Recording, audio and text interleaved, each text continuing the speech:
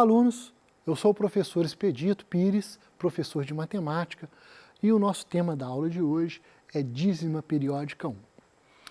Então vamos começar falando desse assunto, mas antes de falar desse assunto, eu vou passar o cronograma desse primeiro bimestre para vocês. Então, no dia 17 de março, que é hoje, e no dia 24 de março, nós estaremos falando sobre dízima periódica. No dia 31 de março e no dia 7 de abril, nós estaremos falando do segundo assunto, que são cálculos algébricos. Cálculos com letras, continhas com letras, né? No dia 14 e no dia 28 de abril, nós estaremos falando de função afim. É gráfico, mexer com gráfico, uma função. No dia 21 vai ser um feriado, e aí nós vamos reapresentar algumas dessas aulas, tá bom?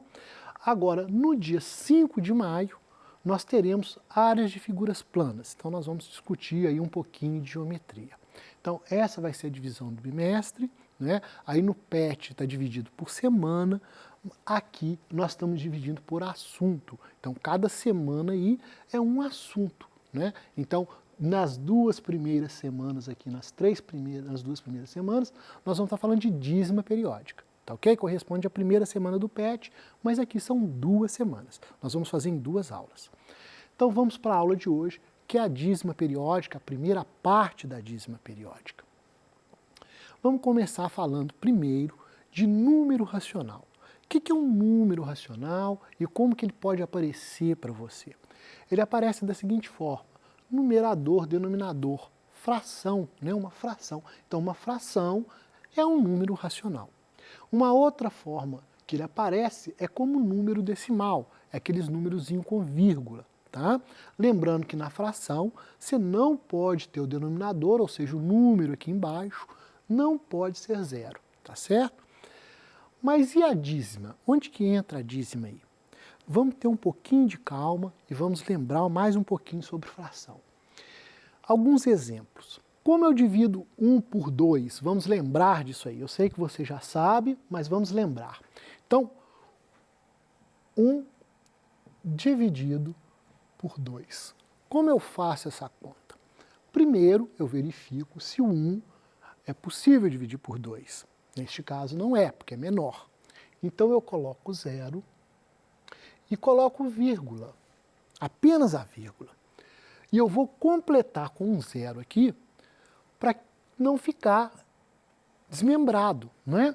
Esse 0 aqui, ele não tem qualquer serventia, a vírgula que é colocada. E eu vou dividir 10 dividido por 2, vai dar 5. 5 vezes 2, 10.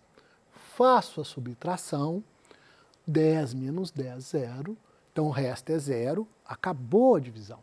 Então, 1 dividido por 2, né? 1 sobre 2, a fração meio, é igual a 0,5, igual nós vimos. Vamos voltar lá para a nossa tela. Então, mais 1 sobre 2 é igual a mais 0,5. A mesma coisa vai acontecer com menos meio. Como que eu faço uma conta quando é número negativo? Da mesma forma, não muda nada. Eu vou fazer 1 dividido por 2, coloco o 0, coloco a vírgula, só, acrescento esse 0 para compor o número, 5 vezes 2, 10, resto 0. Então, de novo, 1 sobre 2 é igual a 0,5. E vamos voltar lá para a nossa tela. Mas e o negativo? O negativo entra agora. Na hora que você for fazer, se aqui é negativo, aqui também vai ficar negativo. Mas na divisão, não importa se é positivo ou negativo. Você vai só fazer a conta de dividir.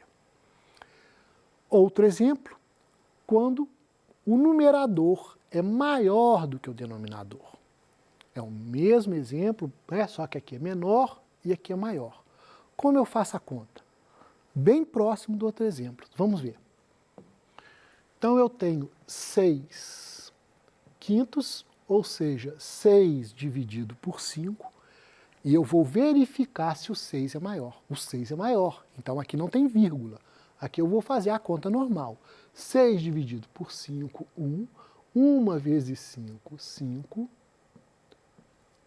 Resto, 1. E agora eu vou verificar de novo. 1 é menor do que o 5? É. Então eu coloco 0 e coloco vírgula. Eu acho que agora ficou bem claro. A gente não coloca 0, vírgula. Porque se eu colocasse 0, vírgula, ia ficar dessa forma aqui, ó. 1, 0, vírgula. E não é isso. Isso daqui não procede. É 1 e vírgula. 2, 2 vezes 5, 10. Resto, 0. Então, 6 dividido por 5 é 1,2, né? Vamos voltar para cá. Então, 6 quintos positivo é igual a 1 mais 1,2, ou 1 inteiro e 2 décimos.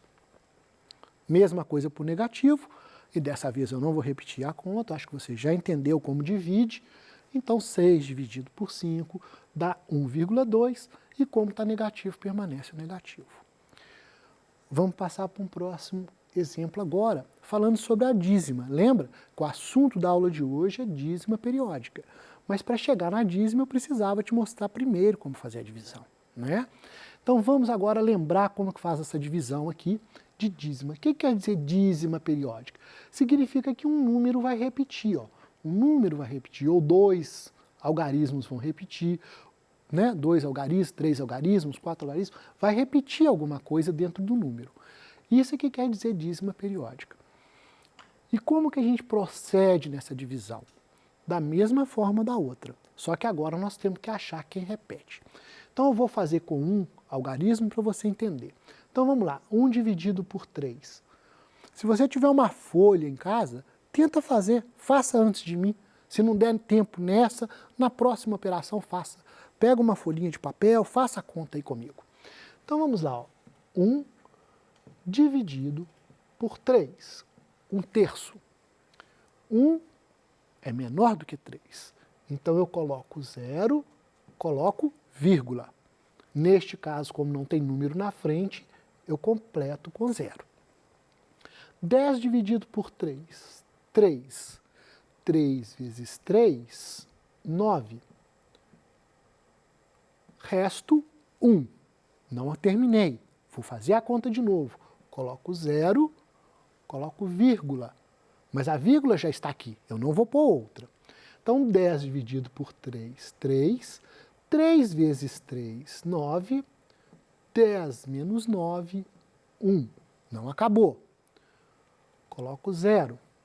10 dividido por 3, 3 dá 9, resto 1.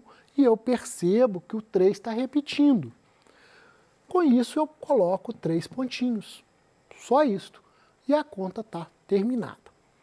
Vamos voltar lá para o nosso quadro para a gente ver como fica. Então, ó, 1 dividido por 3, 0,333, com 3 pontinhos.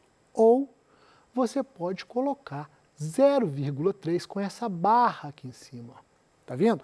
Essa barra significa que o 3 está repetindo. Apenas o número 3 está repetindo, o 0 não. Então, só o número 3, né? Podemos fazer a mesma coisa para 6 nonos, menos 6 nonos, isso daqui vai dar 0,666, só que negativo. E de novo eu posso pôr a barra aqui em cima. Você já entendeu que eu dividi 6 por 9 e achei esse resultado. Mas e quando eu tenho 2 algarismos repetindo? Aí é mais difícil de você perceber a conta. Eu vou fazer só essa daqui para você ver, mas você vai ver que é mais difícil perceber que está repetindo. Então vamos fazer 13,99 avos para você ver. Vamos lá. 13 dividido por 99. 13 é menor do que 99. Então eu coloco 0, coloco vírgula. E agora eu completo com esse 0 aqui, porque não tem nada na frente. 130 dividido por 99, 1. 1 vezes 99, 99. E 130 menos 99 dá um resto de 31. Não terminei, não cheguei em zero. Então, coloco zero, coloco a vírgula. 310 dividido por 99, 3. Como que eu cheguei na conclusão desse 3? Eu pego os dois primeiros algarismos com o primeiro de cá. Então, 31 dividido por 9 vai dar 3, porque dá 27. Então, nesse caso,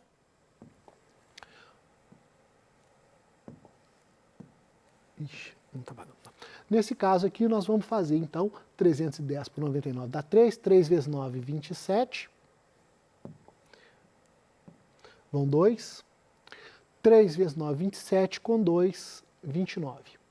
E aí nós temos, então, a conta, né? Peça emprestado, fica 10, 10 menos 7, 3, aqui fica 0, peça emprestado fica 2, e aqui fica 10, 10 menos 9, 1, 2 menos 2, 0. Então, 13, o resto 13.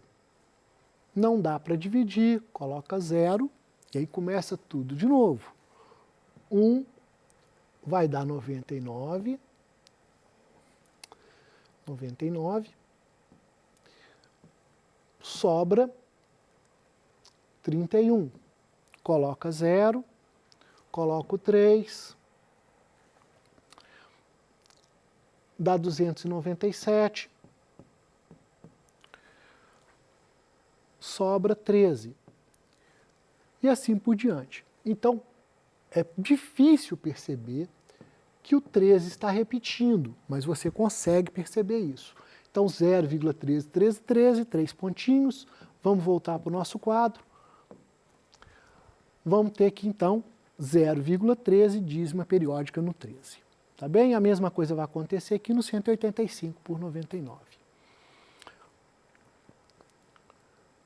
Agora, o que é uma dízima periódica composta? A dízima periódica composta é quando tem algum algarismo que não repete. Nesse caso aqui o 1 não está repetindo, nesse caso aqui o 3 não está repetindo, nesse caso aqui o 0, o 3 e o 9 não estão repetindo.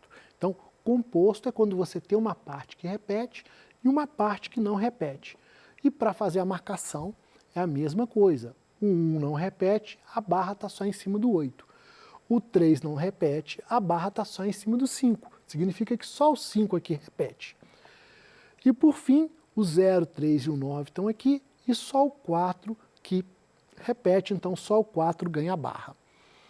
Pode acontecer também de ter, por exemplo, 0, 3, 9, 13, 13, 13, por exemplo. Pode repetir o 13, ou 14, ou qualquer número, não é? O importante é que você perceba que não tem um número que não repete. Eu vou fazer a primeira conta aqui, para que você entenda como ela é feita, e vamos passar. Então, 17/90, vamos fazer ela. 17/90, não dá para dividir, coloca vírgula, completa com 0. 170 dividido por 90, uma vez, né? 17 por 9, 1. Uma vez 90, 90. Resto 80, não é? 80 não dá para dividir, coloca 0, a vírgula já está lá. 80 dividido por 9, ó, lembra os dois primeiros, ó, 80 dividido por 9, vai dar 8. 8 vezes 9, 72. Então, aqui vai dar 720. Sobra 80. E aí, você já fez a conta em cima, então você já sabe.